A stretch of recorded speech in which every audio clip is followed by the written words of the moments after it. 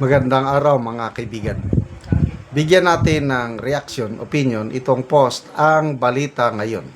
Ping, umaasa umano na hindi bibigay si Boying. Naglabas ng pahayag si Senator Ping Lacson kaugnay sa malawakang pagtitipon ng mga miyembro ng Iglesia ni Cristo sa EDSA bilang suporta kay Senator Rodante Marcoleta.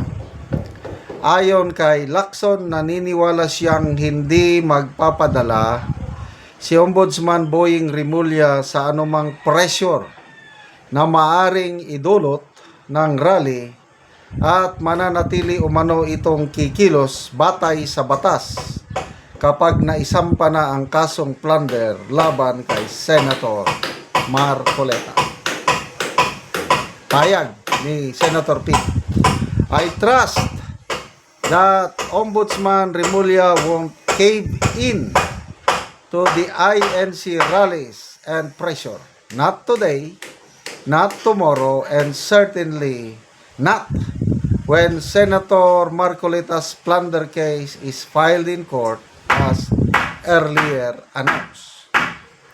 Ang pahayag ni Lacson ay kasunod ng anunsyo na naghahanda ang Office of the Ombudsman na magsampa ng kasong plunder laban kay Senator Marcoleta kaugnay ng umano'y hindi na ideklarang campaign contributions noong 2025 election.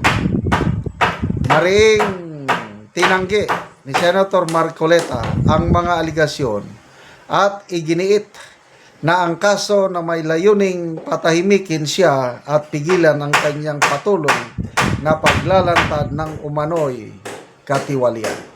Okay. So, pinapalakas ng loob ni Senator Lacson si Boying Rimulya. Ituloy nyo. Huwag kayong patatakot. Nag-anunsyo kayo na isampa na. Tanong, bakit tahimik si Senator Lacson sa bagay na ang Ombudsman nag-announce na rin noong May 26 na hinog na ang kaso ni Joel Villanueva?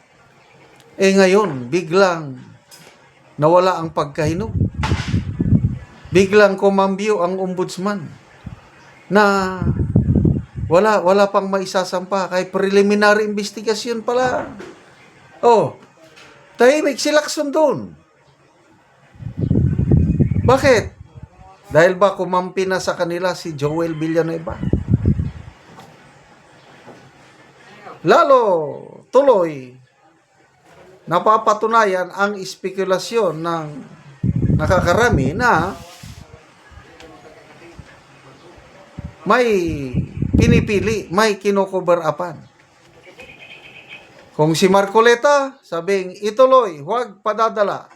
Kung si Joel Villanueva, ayos lang. Tahimik lang tayo dyan.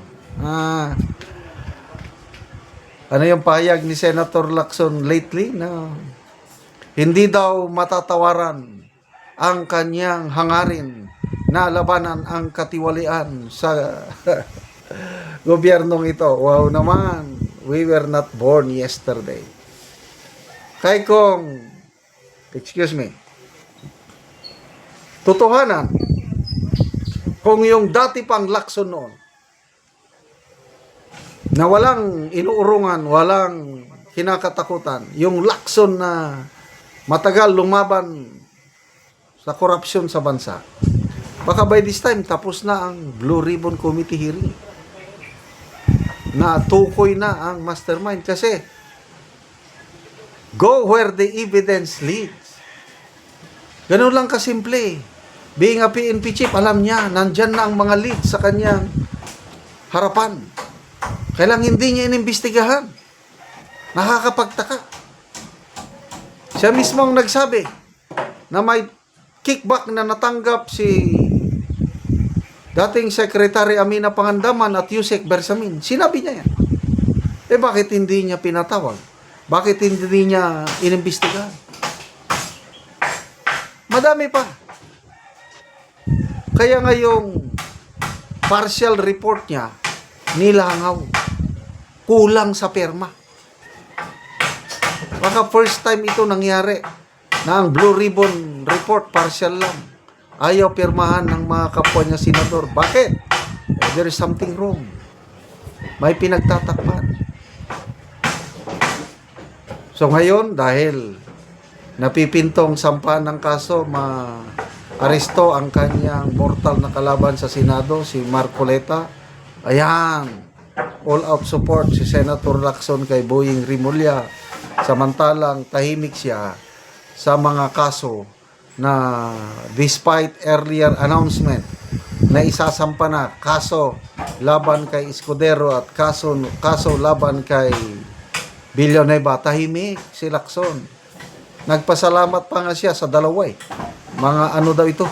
Mga bayani, mga nagmamahal daw sa ating bansa. Escudero and Villanueva. We were not born yesterday. Alam namin kung sino ang tunay na bayani. Para sa akin, ang tunay na bayani ay si Senator Jinggoy Estrada.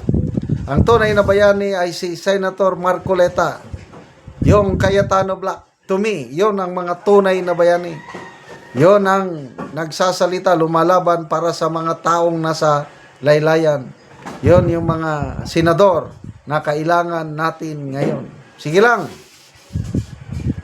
Bahala na si Ombudsman Boying Rimulya. Basta, I believe marami sa taong bayan ang sumusuporta sa rally ngayon ng Iglesia ni Cristo. Sige lang, subukan nyo lang.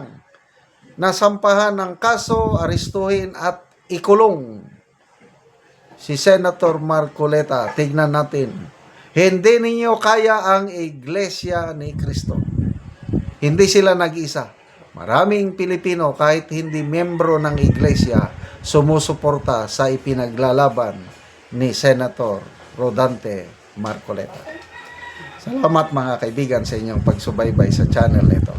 Nakakatulong kayo ng malaki sa tribong Talandig ng Bukidnon dahil ang sweldo natin sa channel na ito is pantulong sa tribo. Namimigay tayo ng libreng yero at pako para makapagpatayo sila ng mas maayos na tirahan. Panoorin niyo ang video na ito. Ako diri sa balay ni Gisami Sabinoy nga taga San Rafael, sakop sa Talakag Bukidnon. Sumuna ni ang itsura sa iyang atop. Sumuna ni siya ang tabangan na mo og yero nga napulo ka digis karaan na gid kaayo iyang yero.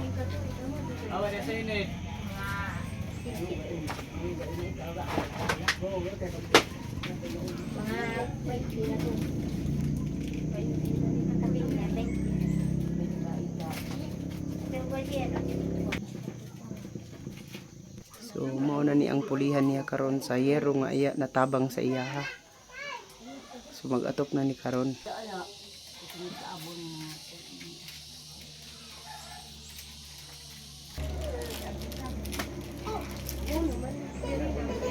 So mao na ni ang gitabang nga yero nga napulo nga digis.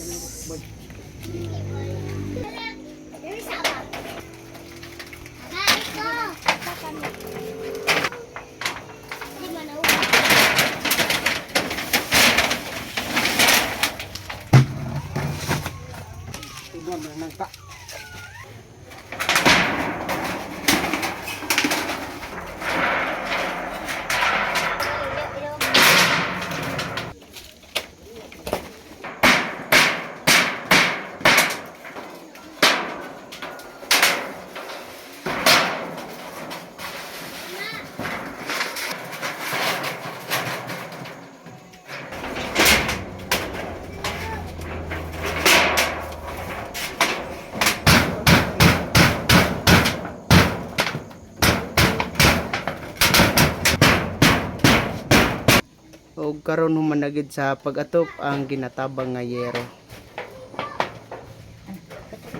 Salamat sa sin nga tabang kanamo nga sulod sa tila ka tuig ay pagmila ka kuang giugsin Bago pa napulihan. bago pa napulihan sa Ginoo ug salamat pud sa naghatod diri sa amo sa pagbala sa tabang. Salamat ta nga magparaming pantabang ana pa daghang matabangan ug maisan pud ilang atok. So salamat kayo. Salamat. So pila ka buok ang imong anak kol? Pila imong anak kol?